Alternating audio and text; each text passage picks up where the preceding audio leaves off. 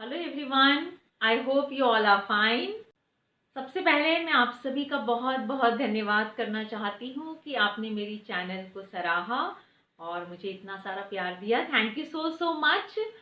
मैं आपको बता दूं कि आज मैं आपके बीच हूँ टीचर्स डे पर बात करने के लिए। जैसे कि आप सभी जानते हैं कि मैं एक प्रोफेसर हूँ कम्युनिकेशन स्किल्स की, और मैंने बहुत सारे स्टूडेंट्स को पढ़ाया है, उन्हें मेंटर किया है। तो मैंने सोचा कि चलो अब उनको याद करते हैं आज के दिन टीचर्स डे पर। और साथ ही मैं याद करती हूँ मेरे सभी टीचर्स को। तो जब भी मैं स्टूडेंट से बात करती हूँ या उन्हें पढ़ाती हूँ तो कुछ ऐसा होता है कि कुछ लाइफ के एक्सपीरियंसेस, मेरे सब्जेक्ट ही कुछ ऐसा है कि उससे कनेक्ट हो जाते हैं, या फिर कोई स्टोरीज मेरे माइंड में आती है, मैं उनके साथ शेयर कर लेती हूँ। और मुझे लगता है कि ये जो बियॉन्ड सिलेबस हम जो पढ़ाते हैं हमारे स्टूडेंट्स को, ये उन्हें बहुत सारा नॉलेज दे देते हैं, बहुत सारी चीज़ें सिखा देते हैं। तो मैं आपके बीच आज इसीलिए हूँ कि ऐसे ही कुछ एक्सपीरियंसेस मैं आपके बीच शेयर करूँ।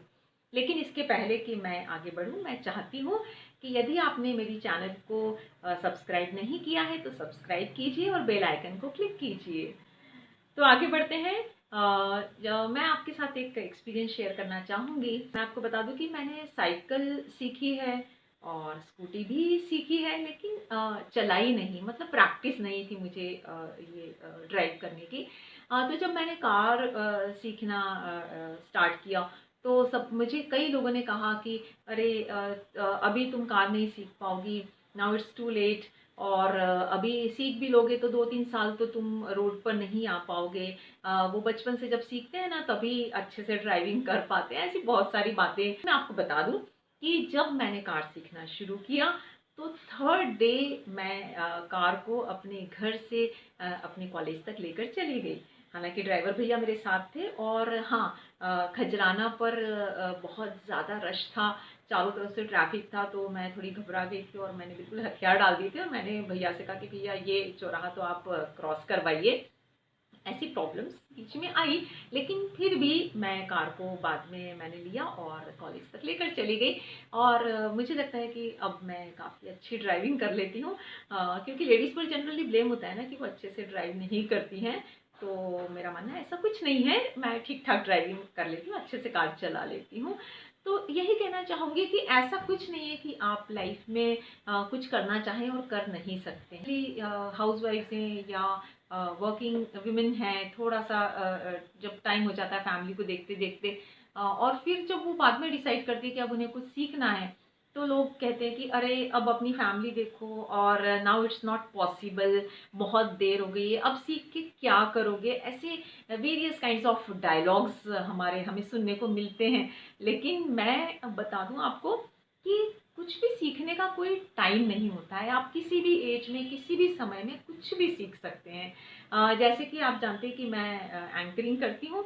तो जब मैंने बहुत सारे म्यूजिकल शोज़ की एंकरिंग की है, तो क्योंकि हमेशा सॉन्ग सुनते रहते थे, तो ऐसा मन हुआ कि चलो अपन भी सिंगिंग सीखते हैं। पहले भी मैंने थोड़ा बचपन में सीखा है, आकाशवाणी पर गाया भी है, बट बहुत टाइम हो गया था। And then I decided that I should learn singing. और मैंने ये डिसाइड किया कि मैं बीम्यूज़ कर लेती हूँ, जब सीख ही रही हूँ तो डिग्री भी ले लेती हूँ। तो जब मैंने ये डिसाइड किया तो बहुत सारे लोगों ने मुझे कहा कि अरे क्या करोगे डिग्री लेकर, क्या करोगे सीख कर, अब छोड़ो, अपना जॉब करो, घर संभालो, दैट्स इज फला फला, बहुत सारी बातें मुझे सुनने को मिली। अभी मैं सीख रही हूँ। और मैं आपको ये कहना चाहती हूँ कि जब आप कोई भी चीज़ सीखते हो, ये बात सही है कि हाँ, जब आप बचपन से कोई चीज़ सीखते हो तो आप पॉलिश्ड हो जाते हो। एक वाकई आपकी जैसे सिंगिंग की बात करें तो आपकी आवाज़ बहुत अच्छी हो जाती है। लेकिन ऐसा नहीं है कि आप थोड़े टाइम निकल गया तो आप कुछ नहीं कर सकते। मेरा एक्सपीरियंस है कि gradually when you start learning something तो आपका इम्प्रूवमेंट तो होता ही है।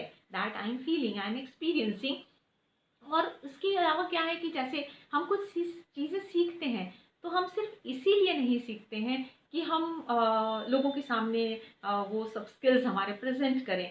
हम अपने आप के लिए भी बहुत कुछ सीखते हैं, हम अपने आप के लिए भी कुछ करना चाहते हैं। अगर हमें किसी काम में खुशी मिलती है, किसी कला को, किसी आर्ट को सीखने में हमको हैप्पीनेस मिलती है, तो वो हमें करना चाहिए। हमें ये नहीं सोचना चाहिए कि ये बहुत लेट हो गया है।